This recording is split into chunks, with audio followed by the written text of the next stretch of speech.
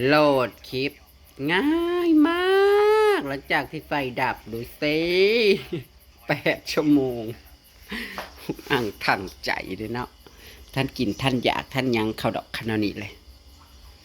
สวัสดีที่ครัวมินิมอลนะจ๊ะต้มมะเขือพี่น้องเอ้ยมะเขือจะคล้องกับมีแต่ว่ามันบ่ทันใหญ่เก็บมื้อนั้นน่ะกับมันบ่ได้หลายกับยายนี่เอาไปเบิดเราจะมากินจะมากินเราจะเสนอเมนูซุปมะเขือ กินซุปมะเขือตอนแรกว่าสิเอา ใส่ปลาทู เห็ดนางฟ้ามาสุกเฉพาะอยากกินเห็นเขาเห็ดคลิปอยากกินเฮิงแล้ว อยากกินเฮิงแล้วสิเฮ็ดยังไงก็บ่ได้เฮ็ด แล้วก็จะใส่กับปลาทูนะ เพื่อ จ๊ะ จะฟ้องทีมือนั้นจัก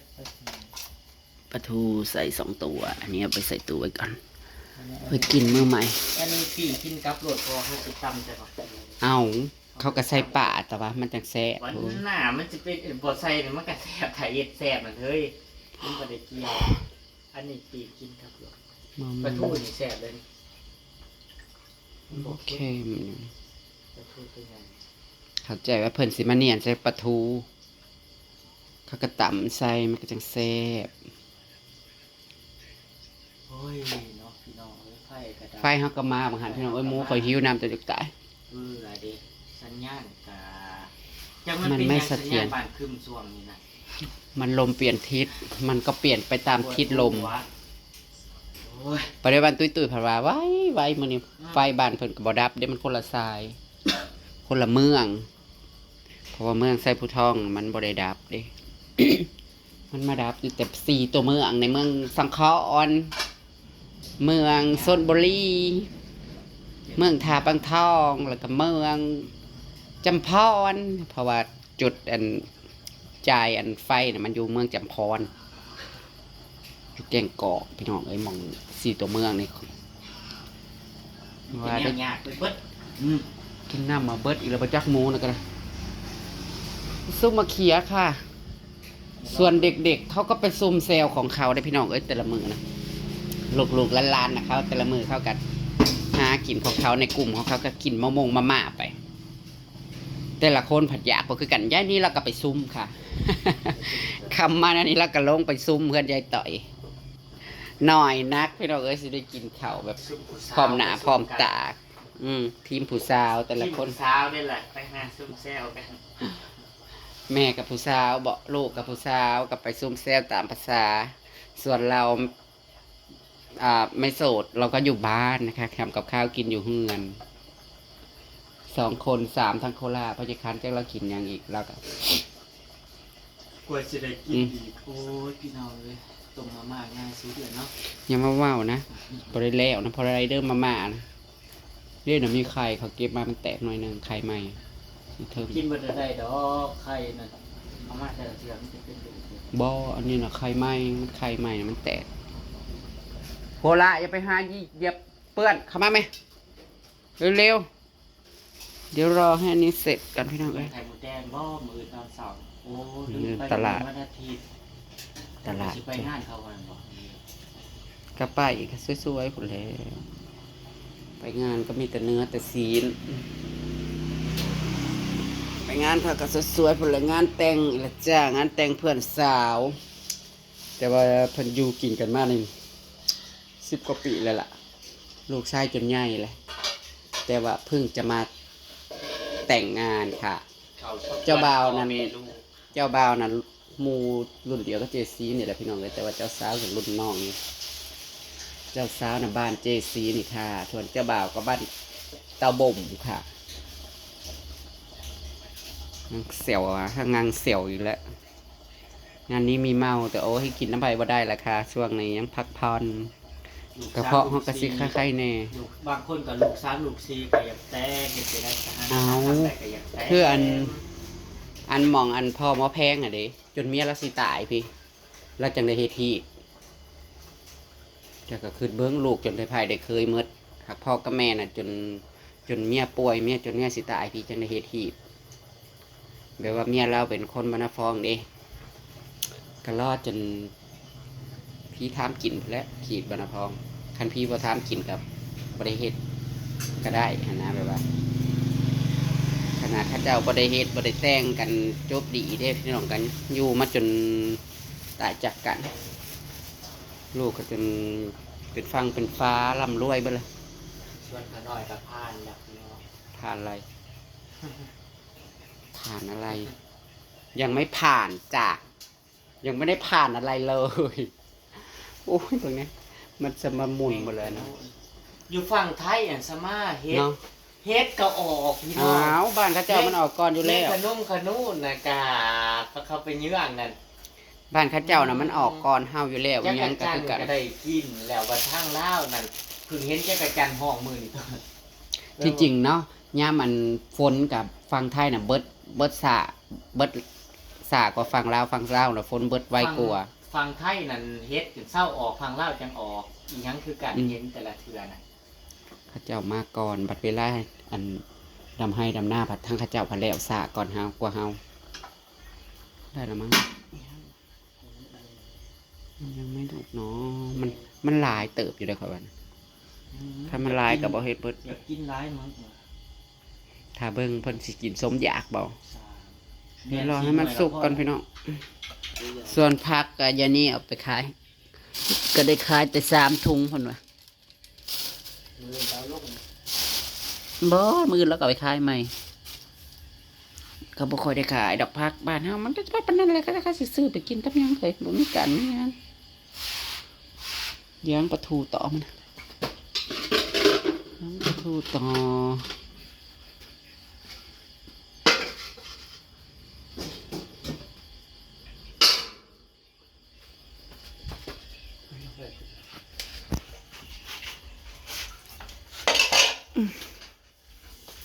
ปลาทู2 ตัว4 ตัว40 บาท ตัวละ10 บาทเถือปลาทูอันนี้นะมันบ่คือปลาทูไทยนะมันแพงตัวนี้อันตัวน้อยๆกาตัวละ10 บาทขั้นเป็นปลาทูไทยอันถ้าใส่อันกล่องมันนะซ้ำนี่นะ60 บาทเด้อซุปมะเขือนะ เอาหาหน่อย มันไม่แมงใช่ไหมคือพอหน่อยงาม ลงเมื่อ ๆ บาน แก้ปะจะเคย ลงเมื่อบานเราก่อนนะชุบมันได้กินแล้วแซ่บแล้ว โอเคเนาะ ของตัวเองแต่ยังมีนั่นอยู่ ยังเป็นบีอ่ะอยู่หมากันลายอยู่มันยังบ่ใหญ่ ง่วงเข้าไปกินอีกแล้ว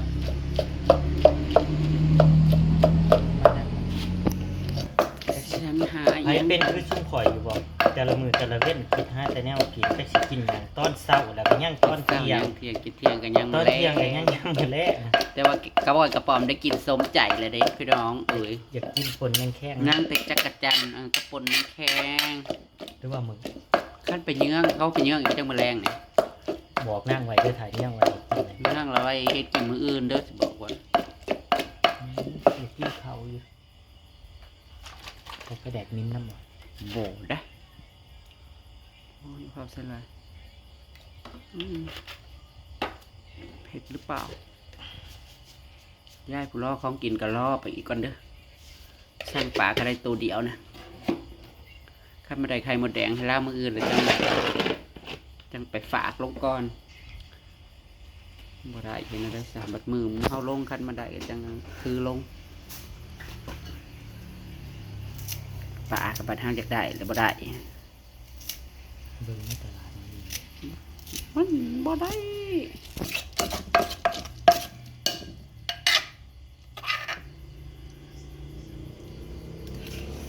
แซ่บมา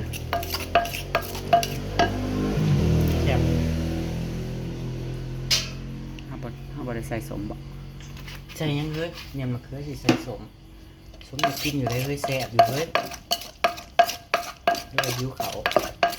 ที่พอเจ้าที่ เอาละหิวข้าวสูตรจี้เอาจี้เอาเลยไม่โทรศัพท์คอนิทายกลางคืนแล้วเป็นเบอร์เป็นยิบยับอยู่มึงย่านะมึงย่าได้ให้กูถือเลข3 ตัวนะ ที่หนาจะเอา ใส่ไปสักก่อนค่ะ อดเอายอดวิวก็บ่ได้หลาย อยู่บ่ได้ปังเสียแต่โทรศัพท์ เอามันก็จะไปหาถ่ายตอนหาเฮ็ดโอ้ยเนาะนะพี่น้องก็กินข้าวแรงน้ำเดวกับปลาทูนี่ได้ครับมาโคราชมันสิกินปิ้งปลาทูกับซุปมะเขือ ที่แรกข่อยคิดว่าเพิ่นสิเอาใส่กับซุปมะเขือซะดอก กินมาจังสุกซะนอน กินข้าวจ้าทุกคน มาสวัสดีอีกรอบนอนโอ้ยติดตัวดิซุปอ่ะไม่เคยซุปน่ากลัว โยเปิดใจห้องจีมา แต่เชี่ยววัวบุกโคราชพอ มันยังไม่สุก ตามแดงแกว่า พี่น้องเอ้ย มือนี้มีแต่แนวบุกเป็นใจเลยพี่น้องประมาณนี้ โมโหหิว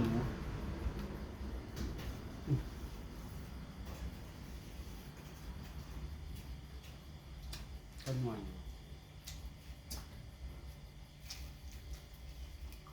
ที่บุชุก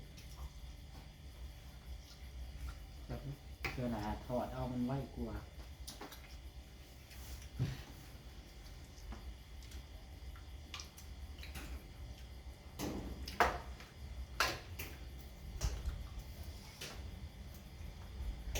ถ้าเราชุ่มนั่งก็ตัดในเนี่ยนั่งแค่นี้เนาะ เริ่มบอกว่ากินยังมันกินนะอยากกินแก้ว จังเวทมันก็หาได้แต่มันบินที่เจ้า น่ามัน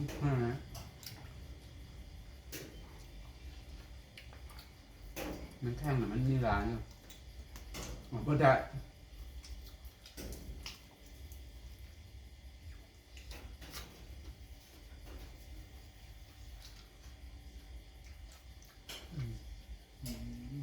เชื่อพี่ชมเลยบริกินใส่ข้างในดู ข้าวหอมอีกกับเฮียนทำวาซาบิ ต้นใต้ไปคนลามาพี่นะอ่ะมาพี่ยังยังพ่อไป มาพี่โคละมันหอมเด้อ เอามันเหมือน โจ โด ร น มากมันจะมือสิบเฮาโจรเฮาเจนดอกมาเพิ่น จริงที่เพิ่นเฮาแม่นทุ่งดำผิวอยู่ฝึก เป็นครัว แต่หัวมาฮอดกับบ่เฮา จักหูจักเฮาหรือบ่เฮาบ่เป็นจังพี่น้อง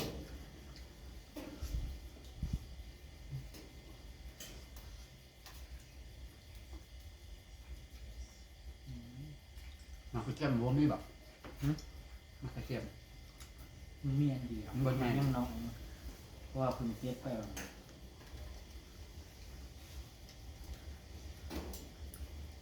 ลบนี่ได้จัง พู พู ด ด แล้ แล้ว ว มันแสบมันสิปลูกหลาย ยังมือแรกนี่ลบนี่พี่น้อง ๆมันก็เอาไปเย็น เย็นก่อน มันนี่ไฟดับแต่ว่าดีแต่ว่าอากาศมันบ่ฮอดมาละ เลือดทั่วมากเลย เหลือเรื่องอะไรละ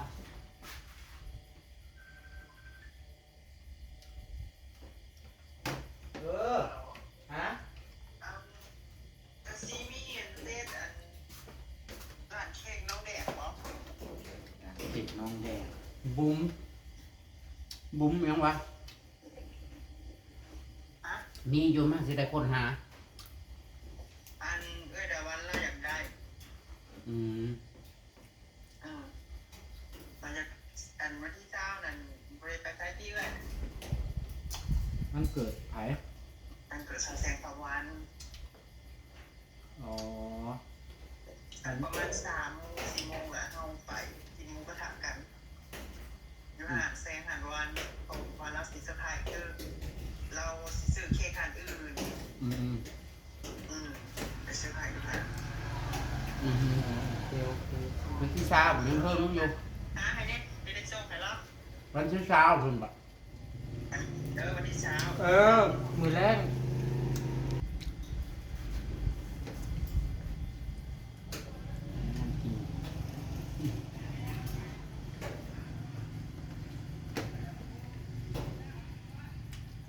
ไปเพราะตลาด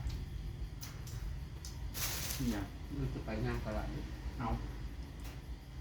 เลือกแล้วเปิดทำไปยังไงกิน ก็ไปถ่ายเป็นเสียงนอนมันนะ จะไปแต่งตัวงามๆเพื่อนมือไปเดินตลาดเนาะ เมื่อยงามเลยผมเหมือนคนเมื่อยงามจะผิดงามไปใส่ก็ได้จะงามไปแบบไม่คนมากๆได้เห็นอะไรที่ใส่ยุ่งขึ้นอีกจะกูมือจะเพาะแห้งเลยเนาะพี่เนาะ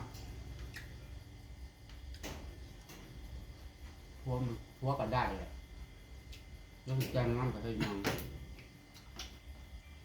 แดดพวกแห้งงามแต่ว่าตัวนี้ ฮะเพิ่งยิงเหรอ แดดพวกแห้งงามแล้วนะพี่น้องเนาะ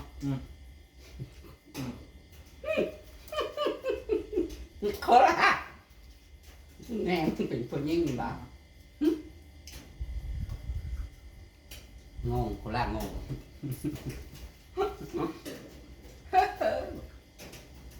โอ้ยใจสิขาดอีก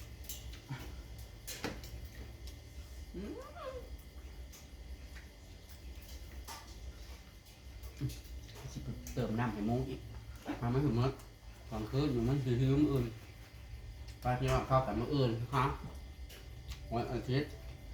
จะได้ไปเดินตลาดไหมเราตื่นสายก็ไม่ได้ไปหรือเปล่าย าของปลากินหัวด้วยค่ะ หายางเลาะเบิ่งใครมาดงประเด็นว่าจะสั่งน้ำปลาร้า น้ำปลาไหล